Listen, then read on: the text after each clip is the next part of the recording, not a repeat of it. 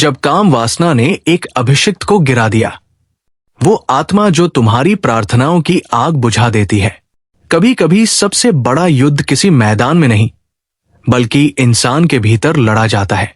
ये युद्ध तलवारों से नहीं बल्कि इच्छाओं और आत्मा के बीच होता है, और बहुतों को इसका एहसास तब होता है जब बहुत देर हो चुकी होती है। कहानी शुरू होती है एक ऐसे व्यक्ति से जो परमेश्वर के लिए जलता था, जिसके भीतर आग थी, जिसके शब्द सुनकर आत्माएं कांप जाती थी और जिसका जीवन एक उदाहरण था। लोग कहते थे वो सच में अभिषिक्त है, पर एक दिन कुछ बदल गया। उसकी प्रार्थनाओं में पहले जैसी शक्ति नहीं रही। उसके उपदेश सुनकर लोग रोते नहीं थे, और एक दिन जब उसने दर्पण में खुद को देखा तो उसके भीतर एक आवाज गूंजी, तू वही नहीं रहा। कहानी यहीं से शुरू होती है, जहां काम वासना की आत्मा, वो आत्मा जो धीरे धीरे बिना शोर किए आत्मा की आग को बुझा देती है, एक अभिषिक्त व्यक्ति के जीवन में प्रवेश करती है। वो आत्मा बहुत चालाक है। वो कभी दरवाजा तोड़कर नहीं आती। वो धीरे से दस्तक देती है, विचारों में, कल्पनाओं में और उन क्षणों में जब तुम अकेले होते हो। वो कहती है, बस इतना सोच लेने में क्या बुराई है, बस एक बार देखने में क्या बुराई है। पर वही एक बार उस दरवाजे को खोल देता है जो पहले बंद था। बाइबल कहती है, हर एक व्यक्ति अपनी ही लालसा से खिंचकर और फंसकर परीक्षा में पड़ता है। याकूब 1:14। यही हुआ उस व्यक्ति के साथ। पहले तो उसने कहा, मैं मजबूत हूं, मैं गिरने वाला नहीं। पर धीरे धीरे उसका ध्यान प्रार्थना से हटने लगा। वचन पढ़ना बोझ लगने लगा। आंखों में वो पवित्र आंसू अब नहीं आते थे। और तब वो हुआ जिसे शत्रु महीनों से योजना बना रहा था। एक रात जब वो थका था, अकेला था और मन खाली था, उसने वही किया जो शैतान चाहता था। बस एक छोटी सी गलती, पर उस गलती ने उसकी आत्मा में एक दरार डाल दी। वो दरार छोटी थी, पर भीतर से उसने उसके अभिषेक का तेल सुखा दिया। उसकी आवाज वही रही, लेकिन उसमें आग नहीं थी। उसके शब्द वही रहे, लेकिन उनमें जीवन नहीं था। लोग कहते थे, वो उपदेश तो देता है पर अब कुछ महसूस नहीं होता। बाइबल कहती है, पवित्र आत्मा को शोकित न करो। इफिसियों 4:30। काम वासना की आत्मा यही करती है। वह धीरे धीरे आत्मा को शोकित करती है और फिर तुम्हारे भीतर की दिव्यता को बुझा देती है। वो तुम्हें यह विश्वास दिलाती है कि तुम अभी भी पवित्र हो, अभी भी सेवक हो, अभी भी उपयोगी हो, लेकिन अंदर से तुम्हारा तेल सूख रहा होता है, क्योंकि पवित्र आत्मा पाप में नहीं बसता। और जानो क्या, शैतान को तुम्हारा अभिषेक नहीं चाहिए, उसे तुम्हारा ध्यान चाहिए। वो चाहता है कि तुम परमेश्वर से दूर देखो, किसी और की ओर देखो, किसी छवि, किसी याद, किसी इच्छा की ओर देखो, और वही वो पकड़ बनाता है। वो आत्मा पवित्रता का नहीं, प्रदूषण का बीज बोती है। वो तुम्हारे मन में गंदगी नहीं डालती, बल्कि धीरे धीरे तुम्हें उसके प्रति संवेदनाहीन बना देती है। और जब तुम संवेदनहीन हो जाते हो, जब पाप तुम्हें बुरा लगना बंद हो जाता है, तब समझो आत्मा की आग बुझने लगी है। यीशु ने कहा था, शरीर की आंख तुम्हारे शरीर का दिया है। यदि तेरी आंख अच्छी है तो सारा शरीर ज्योतिर्मय रहेगा। मत्ती 6:22। पर जब आंखें अंधकार में लग जाती हैं तो रोशनी चली जाती है। वही उस व्यक्ति के साथ हुआ। उसने अपने दिए को बुझने दिया। पर सुनो, कहानी यही खत्म नहीं होती, क्योंकि हमारा परमेश्वर पुनर्स्थापना का परमेश्वर है। जो गिरा उसे उठा सकता है, जो टूटा उसे जोड़ सकता है, जो बुझा उसे फिर से जला सकता है। लेकिन उससे पहले एक बात समझो, काम वासना सिर्फ एक भावना नहीं, ये एक आत्मिक युद्ध है।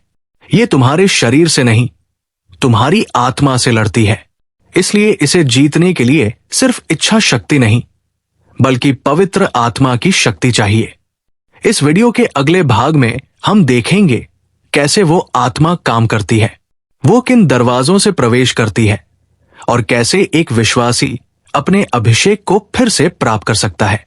क्योंकि जो शत्रु ने सुखाया है परमेश्वर उसे फिर से बहाल कर सकता है। पर याद रखना, शुद्धता कोई विकल्प नहीं, ये शक्ति का स्रोत है।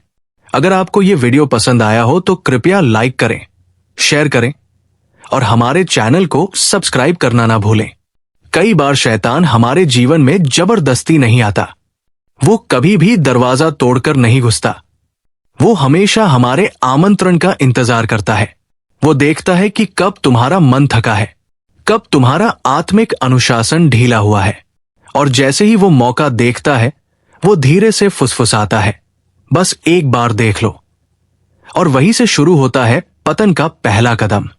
वो व्यक्ति, वही अभिषिक्त सेवक जो कभी प्रार्थना में जलता था, अब अपने कमरे में अकेला बैठा है। मोबाइल की स्क्रीन चमक रही है और उसका मन कह रहा है बस एक नजर, बस 5 सेकंड। पर आत्मा की गहराई में कोई रो रहा है। पवित्र आत्मा कह रहा है मत खोलो वो दरवाजा। पर वो सुन नहीं पाता, क्योंकि उसकी भूख अब पवित्रता की नहीं रही। उसकी आंखें अब वचन पर नहीं, चित्रों पर टिक गई है। बाइबल कहती है पाप द्वार पर दबका बैठा है, उसका मन तुझ पर है, परंतु तू उस पर प्रभुता कर। उत्पत्ति 4 के साथ। पर जब उसने द्वार खोल दिया, पाप ने सिर्फ प्रवेश नहीं किया, उसने सिंहासन पर बैठने की कोशिश की। अब उसकी आत्मा में एक नया युद्ध शुरू हो गया। पहले वो प्रभु से बात करता था, अब वो छिपता है। पहले वो प्रकाश में चलता था, अब वो अंधकार से डरता नहीं, बल्कि उसे ढक लेता है। यही काम वासना की आत्मा करती है। वो तुम्हारे विचारों में प्रवेश करती है, वो तुम्हारे सपनों में जगह बनाती है, और धीरे धीरे वो तुम्हें ये विश्वास दिलाती है ये पाप नहीं है, ये तो सामान्य है, सब ऐसा ही करते हैं। पर ये झूठ है, क्योंकि हर बार जब तुम झुकते हो तुम्हारी आत्मा का एक हिस्सा बुझ जाता है। वो आत्मा शांत नहीं रहती, वो लगातार सक्रिय रहती है।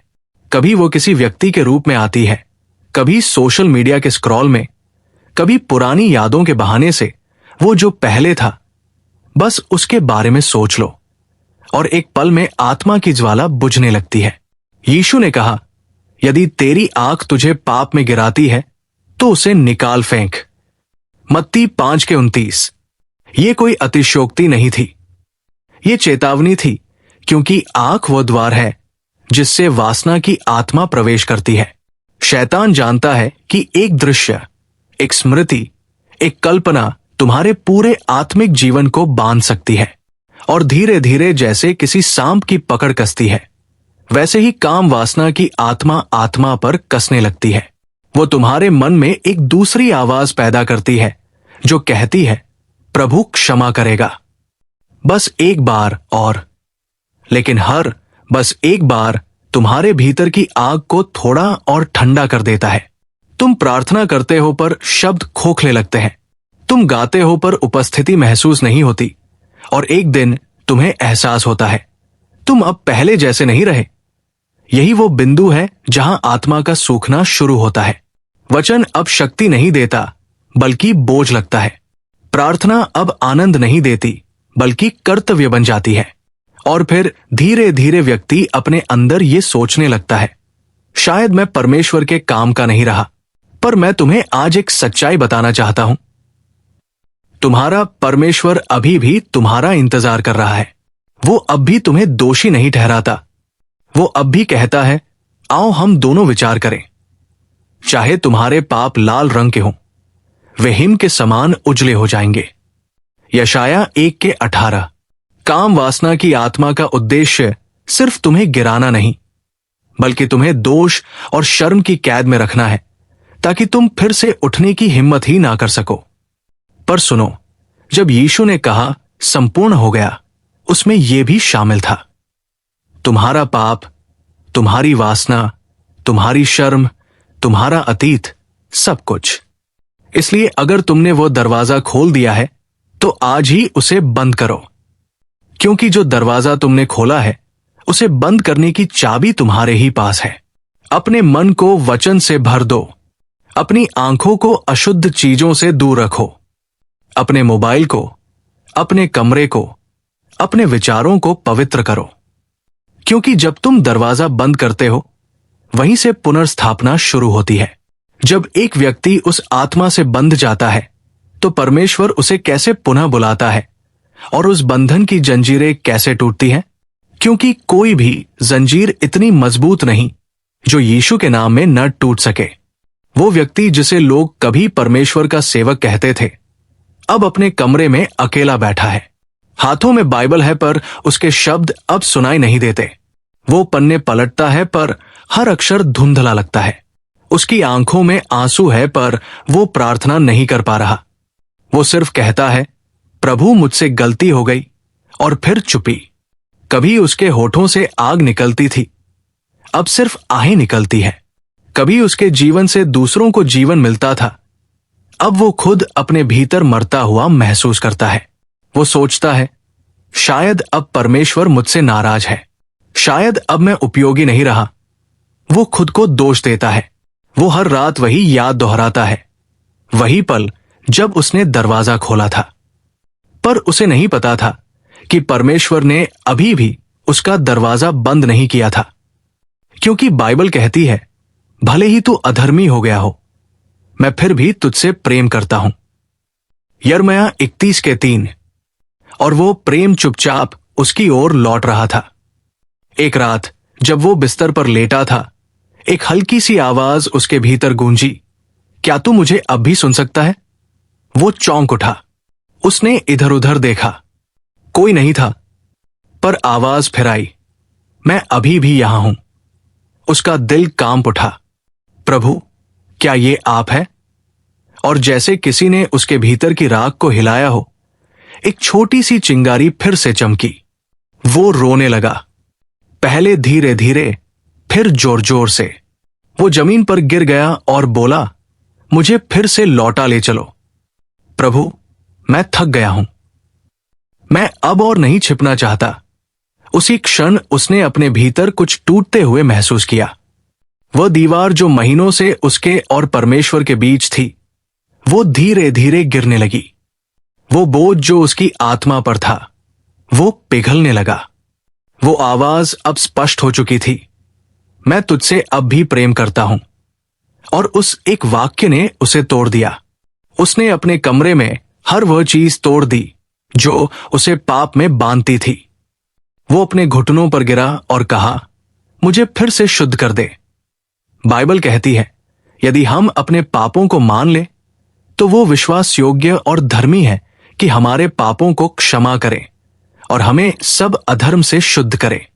1 यूहन्ना 1:9। उसके आंसू मिट्टी में गिरते जा रहे थे, पर स्वर्ग में उन आंसुओं का हर एक कतरा गिना जा रहा था, क्योंकि अब उसका पश्चाताप सच्चा था। डर से नहीं, प्रेम से। उस रात वो कई घंटे तक रोया, और जैसे जैसे आंसू गिरते गए, वैसे वैसे उसकी आत्मा फिर से हल्की होती गई। वो नींद में नहीं गया, वो शांति में गया। सुबह जब सूरज की पहली किरण उसके चेहरे पर पड़ी, वो मुस्कुराया महीनों बाद, क्योंकि उसे एहसास हुआ, मैं अभी भी परमेश्वर का बच्चा हूं। अब भी उसकी आंखों में आंसू थे, पर अब वो आंसू दर्द के नहीं, पुनर्स्थापना के आंसू थे। उसने बाइबल खोली और पहली बार महीनों बाद शब्द जीवित लगने लगे। हर पद उसके हृदय में आग की तरह जल रहा था। वचन वही था, पर अब उसका अर्थ नया था। वो समझ गया कि परमेश्वर ने उसे छोड़ नहीं दिया, बल्कि उस अंधकार में भी वो उसे बुला रहा था। बाइबल कहती है, क्योंकि वो टूटा हुआ मन नहीं तजता। भजन संहिता 51:17। उस दिन से उसने ठान लिया, मैं अब अपनी आत्मा को फिर से जलाऊंगा। वो फिर से उपवास में गया, फिर से प्रार्थना में लौटा, और हर बार जब वो घुटनों पर झुकता, वो महसूस करता कि उसका तेल फिर से बह रहा है। अब वो वही व्यक्ति नहीं था जो गिरा था, अब वो था जिसे गिरने से उठाया गया था। क्योंकि जब परमेश्वर किसी को छूता है, तो वो सिर्फ उसे बदलता नहीं, वो उसे नया बना देता है। अगले भाग में हम देखेंगे कैसे जब परमेश्वर उसे पुनः उठाता है, वो व्यक्ति एक नई शक्ति, एक नए अभिषेक और एक नई पहचान के साथ खड़ा होता है। और इस बार वो जानता है कि शुद्धता सिर्फ एक गुण नहीं बल्कि जीवन का कवच है। कई हफ्ते बीत गए। वो व्यक्ति जिसने कभी गिरकर अपने अभिषेक को खो दिया था, अब हर सुबह नई शुरुआत करता है। वो अब प्रार्थना में चिल्लाता नहीं, वो सुनता है। अब वो परमेश्वर से मांगता नहीं, बस पास बैठता है, क्योंकि उसने समझ लिया है पवित्रता सिर्फ एक नियम नहीं, एक रिश्ता है। हर दिन वो अपनी बाइबल खोलता है और कहता है, प्रभु मैं आज फिर से तेरा हूं। और धीरे धीरे उसकी आत्मा फिर से गर्म होने लगी। जो तेल कभी सूख गया था वो अब बहने लगा। जो आवाज कभी खो गई थी अब उसमें फिर से आग थी। वो अब दूसरों को उपदेश नहीं देता, वो खुद अपने जीवन से गवाही बन गया था। एक दिन वो अपनी पुरानी डायरी पढ़ रहा था जहां उसने लिखा था, प्रभु मैं थक गया हूं। पर अब उसने उसी पन्ने पर लिखा, अब मैं जीवित हूं क्योंकि तू मेरे भीतर है। संगीत धीरे से उठता है, जैसे आत्मा में नई सांस भर रही हो। वो जानता था अब उसकी शक्ति उसकी आवाज से नहीं, उसकी पवित्रता से है। बाइबल कहती है, धन्य है वे जिनका मन शुद्ध है, क्योंकि वे परमेश्वर को देखेंगे। मत्ती 5:8। वो पद उसके जीवन की सच्चाई बन गया था। अब वो जानता था व्यभिचार की आत्मा शरीर को नहीं, आत्मा की दृष्टि को अंधा करती है। क्योंकि जब पवित्रता चली जाती है तो इंसान सिर्फ खोया नहीं होता, वो परमेश्वर को देखना बंद कर देता है। पर अब वो व्यक्ति फिर से देख रहा था। वो देख रहा था कि परमेश्वर हर सुबह उसके साथ है। वो देख रहा था कि हर निर्णय में पवित्र आत्मा फुसफुसा रही है। वो देख रहा था कि पाप अब आकर्षक नहीं रहा, अब घृणित लगता है। और यही पुनर्जन्म था।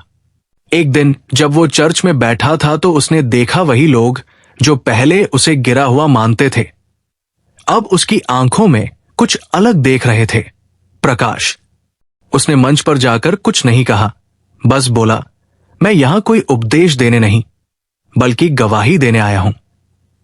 फिर वो बोला, जब काम वासना मेरी आत्मा को खींचकर अंधेरे में ले गई, मैंने सोचा कि अब सब खत्म हो गया है।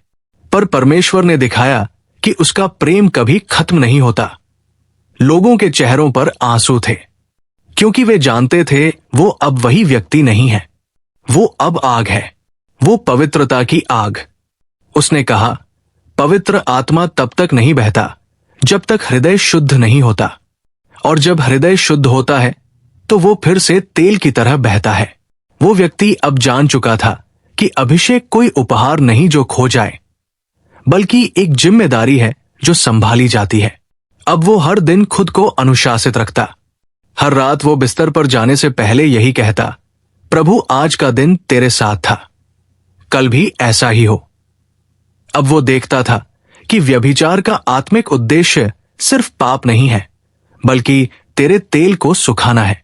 शैतान को तेरा शरीर नहीं चाहिए, उसे तेरा अभिषेक चाहिए। क्योंकि जब तेरा तेल सूख जाता है तो तू बस एक पात्र रह जाता है बिना आत्मा के। पर अब उसका तेल फिर से बह रहा था, और इस बार उसने ठान लिया, अब मैं अपने तेल को किसी भी कीमत पर नहीं खोऊंगा। उसका जीवन अब शांत नहीं था, बल्कि शक्तिशाली था।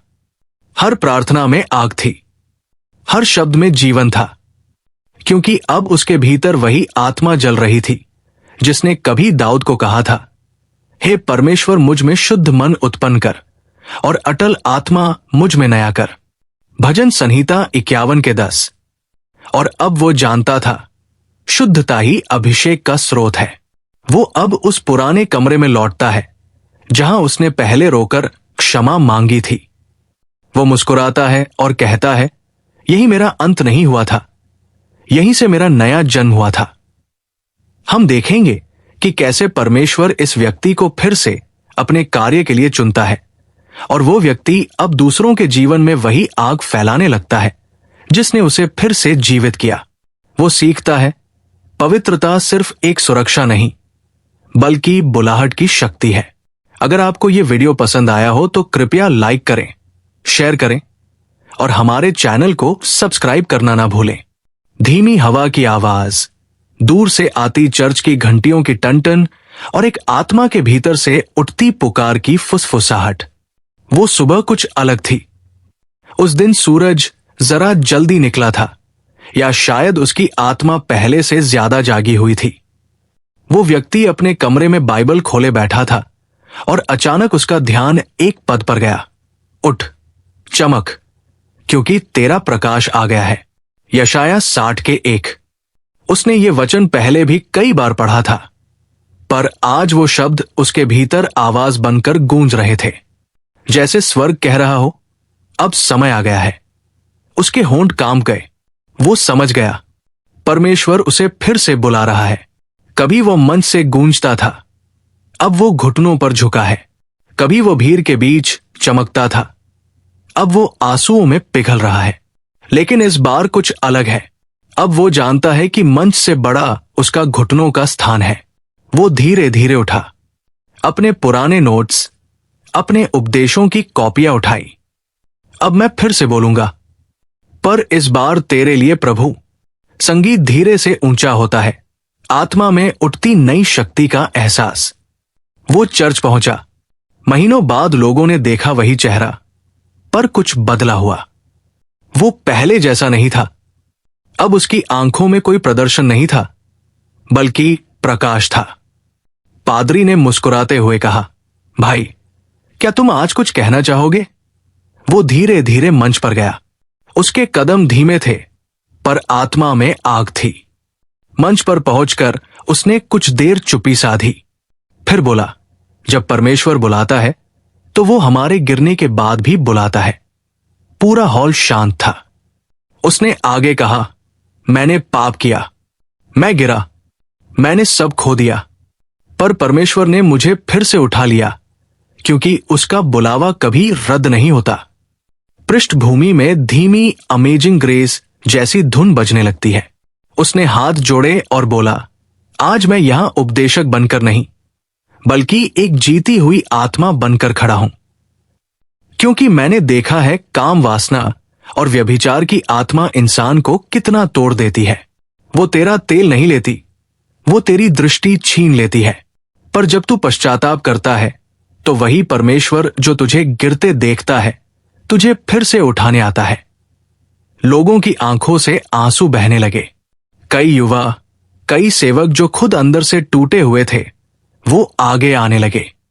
किसी ने रोकर कहा, मैं भी गिर गया हूं। किसी ने कहा, मुझे भी वही आत्मा बांध रही थी। और वो व्यक्ति घुटनों पर बैठ गया, उनके साथ प्रार्थना करने लगा। उसने कहा, पिता, इन सब को छुड़ाकर नया कर। जैसे तूने मुझे नया किया, वैसे ही इनकी आत्मा में भी नई आग दे।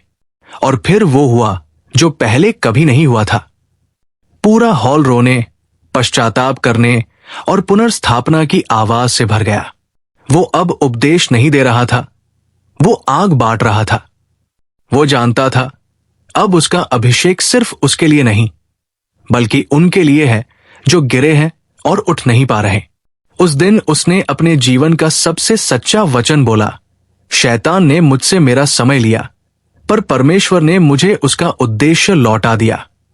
वो मंच से उतरा।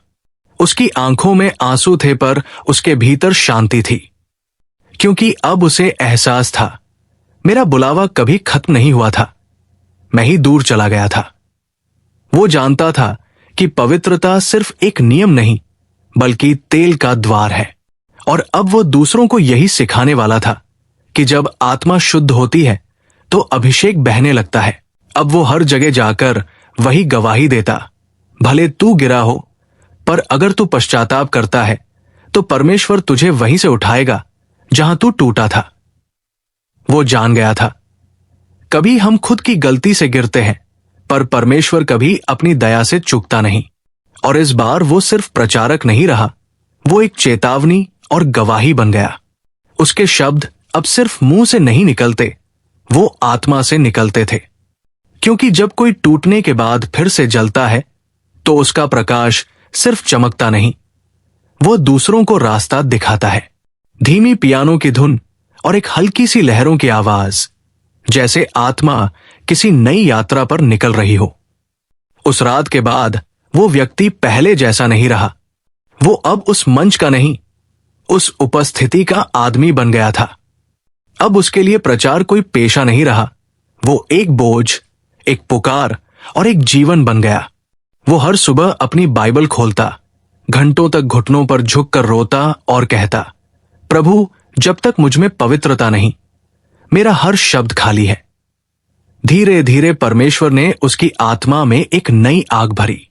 अब वो हर उपदेश में सिर्फ एक ही बात दोहराता, पवित्रता ही शक्ति है। उसके शब्दों में कोई दिखावा नहीं था, कोई चमक नहीं थी, पर उनमें एक आग थी जो सीधे आत्मा को छू जाती थी। लोग कहते, भाई, आपसे एक अलग सुगंध आती है। वो मुस्कुरा देता और कहता, वो मेरी नहीं, आत्मा की उपस्थिति है। अब उसका हर संदेश एक चिंगारी बन गया था। वो कहता, शैतान का सबसे बड़ा धोखा यह है कि वो तुम्हें यह महसूस कराए कि तुम कभी शुद्ध नहीं हो सकते। पर याद रखो, यीशु ने सिर्फ पाप क्षमा नहीं किया, उसने तुम्हें पवित्रता में चलने की शक्ति दी। एक दिन एक युवा उससे मिलने आया। उसकी आंखें थकी हुई थी, चेहरे पर अपराध का बोझ था। उसने कहा, भाई, मैं पाप से नहीं निकल पा रहा। मैं हर बार गिरता हूं और हर बार खुद से नफरत करने लगता हूं। वो व्यक्ति मुस्कुराया क्योंकि उसे याद था वो रास्ता कैसा था। उसने युवक का हाथ थामा और बोला, तू अकेला नहीं है। जिस आत्मा ने मुझसे लड़ाई लड़ी थी वही तुझसे भी लड़ रही है। पर सुन, अब तू हारने के लिए नहीं, उठने के लिए पैदा हुआ है। उसने कहा, तेरे भीतर की आग तब जलेगी जब तू पवित्रता को चुन लेगा, क्योंकि अभिषेक पाप के साथ नहीं बहता, वो पवित्रता से जन्म लेता है। संगीत धीरे से बढ़ता है, जैसे आत्मा में उम्मीद की किरण जाग रही हो। अब वो व्यक्ति जगह जगह जाता, शहरों में, गांवों में, छोटे कमरों में, और लोगों को बताता, काम वासना सिर्फ शरीर का पाप नहीं, वो आत्मा का कैदखाना है। वो कहता, जब तुम किसी गलत चीज को देखने का निर्णय लेते हो तो तुम सिर्फ आंखें नहीं खोले होते, तुम अपनी आत्मा का द्वार खोल रहे होते हो। वो फिर बोलता, पवित्रता का मतलब ये नहीं कि तुम कभी नहीं गिरे। पवित्रता का मतलब है कि तुम फिर उठे और अब उस रास्ते पर वापस नहीं जाओगे।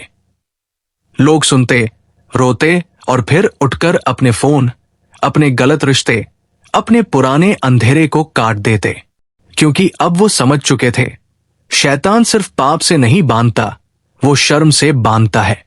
पर यीशु शर्म को तोड़कर अनुग्रह की रोशनी देता है। एक दिन उसने मंच पर कहा, शैतान का झूठ यह है कि अगर तुम गिर गए हो तो सब खत्म है, पर परमेश्वर का सत्य यह है कि अगर तुम गिर गए हो तो अब शुरुआत का समय है।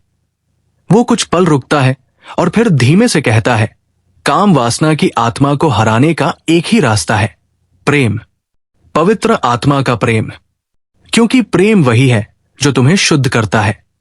वो हाथ उठाता है और कहता है, प्रभु, हर उस व्यक्ति को छुड़ाकर आजाद कर जो इस आत्मा की जंजीरों में बंधा है। उसे पवित्रता में जीने की आग दे, उसे शक्ति दे कि वो अपने मन, अपनी आंखों, अपने विचारों को तेरे लिए अलग करे। लोग झुकते हैं, रोते हैं, और वहां पर आत्मा की उपस्थिति महसूस होती है। अब वो व्यक्ति जानता है, पवित्रता कोई बोझ नहीं, वो महिमा का वस्त्र है। उसके अंतिम शब्द थे, जो आत्मा को शुद्ध रखता है वही सच्चा सेवक है, क्योंकि अभिषेक सिर्फ उनके ऊपर टिका रहता है जो पवित्रता को अपना जीवन बना लेते हैं। वह मंच से उतरता है, अब उसकी आंखों में आंसू नहीं बल्कि शांति है, क्योंकि उसे पता है अब वो गिरने से नहीं डरता, क्योंकि उसने सीखा है हर बार उठना। और उस रात जब वो अपने कमरे में अकेला बैठा, उसने आसमान की ओर देखा और कहा, धन्यवाद प्रभु, क्योंकि तूने मेरी राख से मेरा अभिषेक फिर से जला दिया। भाई बहन, अगर तुम ये वीडियो यहां तक देखकर पहुंचे हो तो मैं जानता हूं परमेश्वर आज तुमसे बात कर रहा था। शायद तुम थक चुके हो, शायद तुम कई बार गिरे हो, शायद तुम्हें लगता है कि अब तेरे अंदर वो आग नहीं रही। पर सुनो, परमेश्वर ने तुम्हें छोड़ा नहीं है, तू चाहे जितनी दूर चला गया हो, वो आज भी तेरे नाम से पुकार रहा है, क्योंकि उसके लिए तू अब भी अनमोल है। तेरी गलतियों से तेरी बुलाहट खत्म नहीं होती। तेरा पाप उसकी दया से बड़ा नहीं है। वो तुझे उठाने आया है, वो तुझे चंगा करने आया है, वो तुझे फिर से उपयोग करने आया है। बस आज एक काम कर, अपना दिल उसके सामने रख दे और कह, प्रभु मैं वापस आ गया हूं। थोड़ा रुककर नरम आवाज में, क्योंकि याद रखो, परमेश्वर सिर्फ पवित्र लोगों को नहीं चुनता, वो टूटे हुए लोगों को चुनकर पवित्र बना देता है। तू वही बन सकता है जो शैतान ने कहा था कि कभी नहीं बनेगा। बस आज, यही पल, यही क्षण तेरे उठने की शुरुआत है। अगर यह संदेश तेरे हृदय को छू गया हो, तो इसे किसी एक व्यक्ति तक जरूर पहुंचा दे। शायद वही आज इस आवाज का इंतजार कर रहा हो। और याद रखो, हम सब उसके अनुग्रह के बिना कुछ नहीं है, इसलिए उसके पास लौट आओ, क्योंकि वही सच्ची शांति है। हम फिर मिलेंगे एक और वचन में, एक और आग में, जहां आत्मा बोलेगी, अब लौट आओ। अगर आपको यह वीडियो पसंद आया हो तो कृपया लाइक करें, शेयर करें और हमारे चैनल को सब्सक्राइब करना ना भूलें।